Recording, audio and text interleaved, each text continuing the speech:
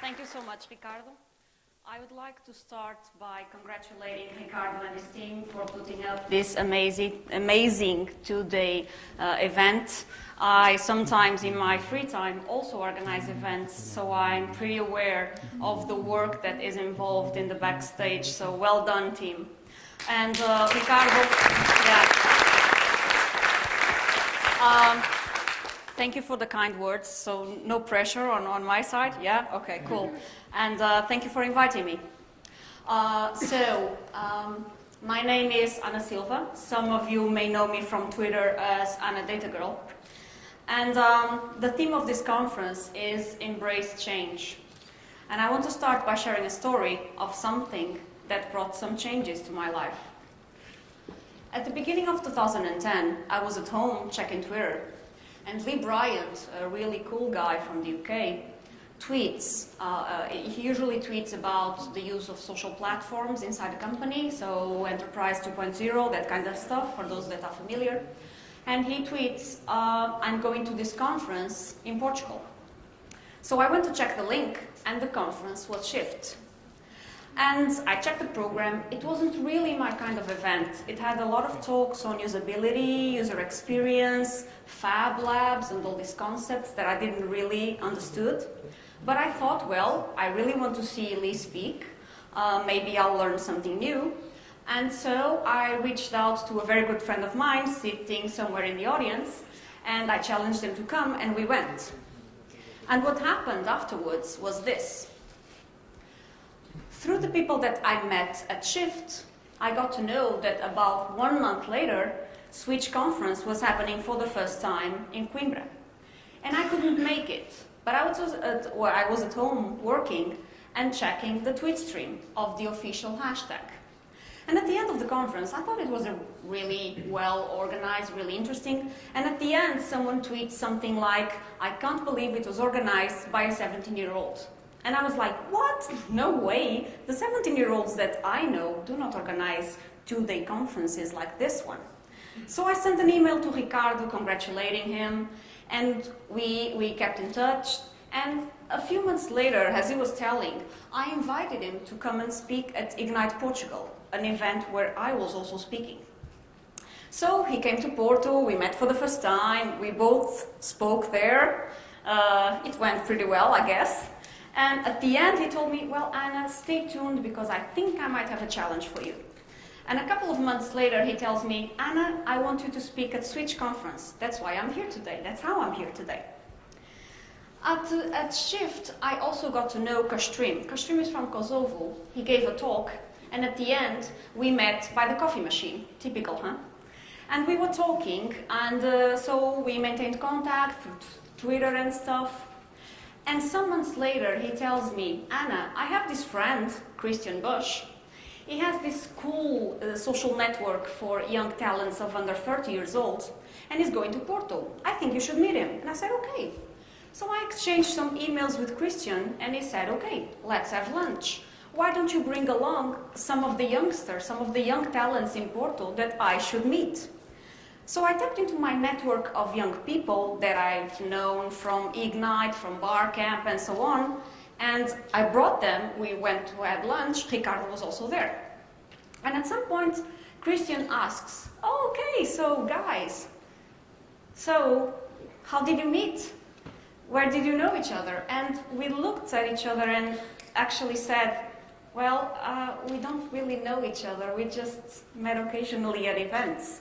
So at the end of that lunch, we decided that we were going to change that. So we decided that we were going to start doing monthly informal dinners to get to know each other. And from those informal interactions at the table of a restaurant came up a project. A project which is a conference due to take place on the 7th of May here in the lovely city of Porto on the topic of happiness and creativity in your work life. At Shift, oh yeah, bring it on. At Shift, I also met Anna Neves. And I had come across Anna's work on knowledge management around 2004. Then I kind of lost track of it. And then in 2010, her name pops up again. And so she was there as an attendee only. But then this really disturbing volcano in Iceland erupted, and some of the speakers, including Lee Bryant, were stranded at home. And so the organization called on Anna to come up on stage and so fill in the gaps. So she gave a talk. At the end, we connected and we maintained contact through Twitter. And a couple of months later, I was organizing a conference in Porto and she came to speak. So we met again, she saw my work, and one day I was at home and she tells me, can we do a Skype call later because I think there's something I want to discuss with you. I said, okay. So she tells me all about this project that she has on doing a conference on the use of social platforms, so blogs, wikis, social networks and stuff, in government and in non-governmental organizations, so what the Americans call the Government 2.0 concept. It seemed a really interesting initiative, and I said, okay, let's do it. And that's how Cidadania 2.0 was born. So, what we have here in common, word of warning, there's a lot of pink in this presentation, okay? What's in common? We have events, we have people, really great people. We have network effects. So, for example, I belong to Cushstream's network together with Christian, and then I tap into my network and connect these young talents with Christian, and so on and so forth. And most of the interactions were actually powered by Twitter. But most of all, what we have here in common is one concept. It is not luck, it is not fate, it is not destiny, it is not karma, it is serendipity. And I'm sorry for those of you who thought that I was here today going to talk about stuff. I'm not here to talk about stuff. I'm here to talk about serendipity. And what is serendipity, in case you're not familiar with the concept? Well, it's a movie with John Cusack and Kate whatever name. It's a famous restaurant in New York City. It is also a brand of ice creams.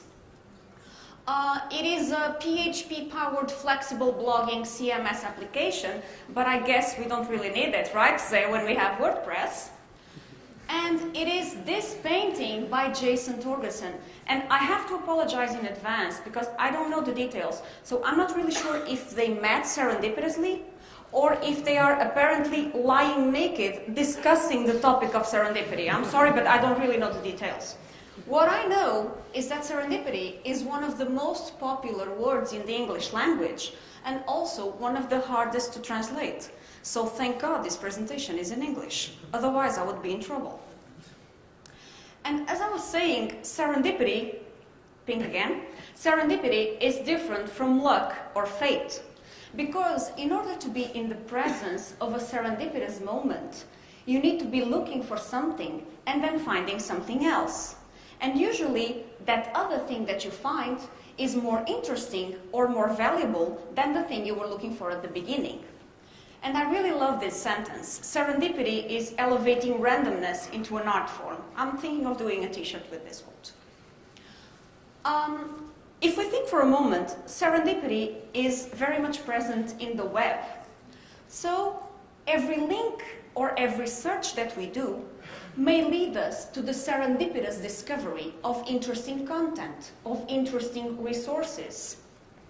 And it is also what powers social bookmarking services, such as StumbleUpon or Delicious. So you find all this interesting content on the web, and you share it socially with your network to allow them to discover that content. The same with what we call the social web. That's why websites and blogs and stuff like that have the sharing buttons, so that you can socially share that interesting content that you found with your network. And one of the things that really drives serendipity on Twitter is the use of hashtags. So the aggregation of content around a certain topic really allows you to discover interesting information or interesting resources on that topic. But the point I want to make here is a different one. And for those of you that are live tweeting the conference, and I think you should, that's the way to spread the ideas being said here for those that unfortunately cannot attend. Word of advice, here comes a tweetable moment. Ready? Okay. Serendipity has a place in business. I'm going to say that again. Serendipity has a place in business. And if you don't believe me, watch this. Some companies provide services which are no more, no less than serendipity engines. So music services, online music services, what they usually do is, okay, Anna, if you like artist A and artist B, then maybe you should check out artist C, because it's the same vibe that you usually like to listen. And so you end up discovering artists that somehow maybe you wouldn't have discovered. And serendipity has always been present in innovation, in invention, in discovery. So for example, products such as cornflakes, the superglue, Viagra, or penicillin were in fact discovered through serendipity. The scientists wanted to invent something else and ended up discovering these products. And I want to make a slight pause here to talk about the history of Post-it notes. Because some people claim that Post-it notes were invented through serendipity. Well, more or less. Let me explain. What happened was that the scientist worked at 3M, the company that produces Post-it notes. And he invented this rather special glue that could hold light things together, but could easily be taken off without damaging the surface. But yet, the company found no use for this invention. But this employee persisted, so what he did is he did internal seminars to explain to other colleagues what he had invented. Some years after, one of the colleagues that had attended the seminars sang in the local church choir. And he had problems holding his papers and marking the pages where he should be singing. And he remembered that maybe that strange, weak enough, strong enough glue could help him with that. So he tapped into his colleague and said, hey, look, I attended one of your seminars. Maybe we could use that glue that you invented to produce some kind of paper that could be easily removed. And that's how Post-it notes came along. And in the case of Post-it notes, what we have here is not so much the serendipitous discovery of information, but is the serendipity that comes from connecting people to people and connecting people to other ideas. So what this actually means is that serendipity is socially driven. It is driven from the interaction of people and from the ideas that they have.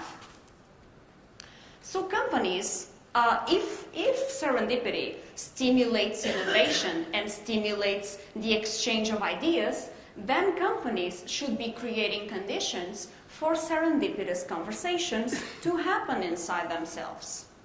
And so what this means is